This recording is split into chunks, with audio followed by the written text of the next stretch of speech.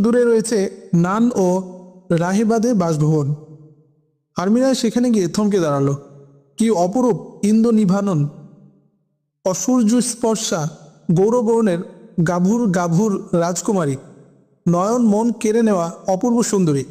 তাদের ব্যাপারে জানতে চাইলে ফাদার বললেন, এসব মেয়েরা আমাদের রাহেবা। তারা কুমারী মরিয়মের মতো চিরকুমারী হিসেবে আজীবন কাটাতে চায়।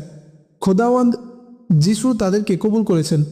ইবাদত বন্দিগি ছাড়া তাদের আর কোনো কাজ নেই। মেজর মৃদু হেসে বলল, এ ধরনের পবিত্র ও সতীসাধী মেয়েদেরই তো আমাদের দরকার।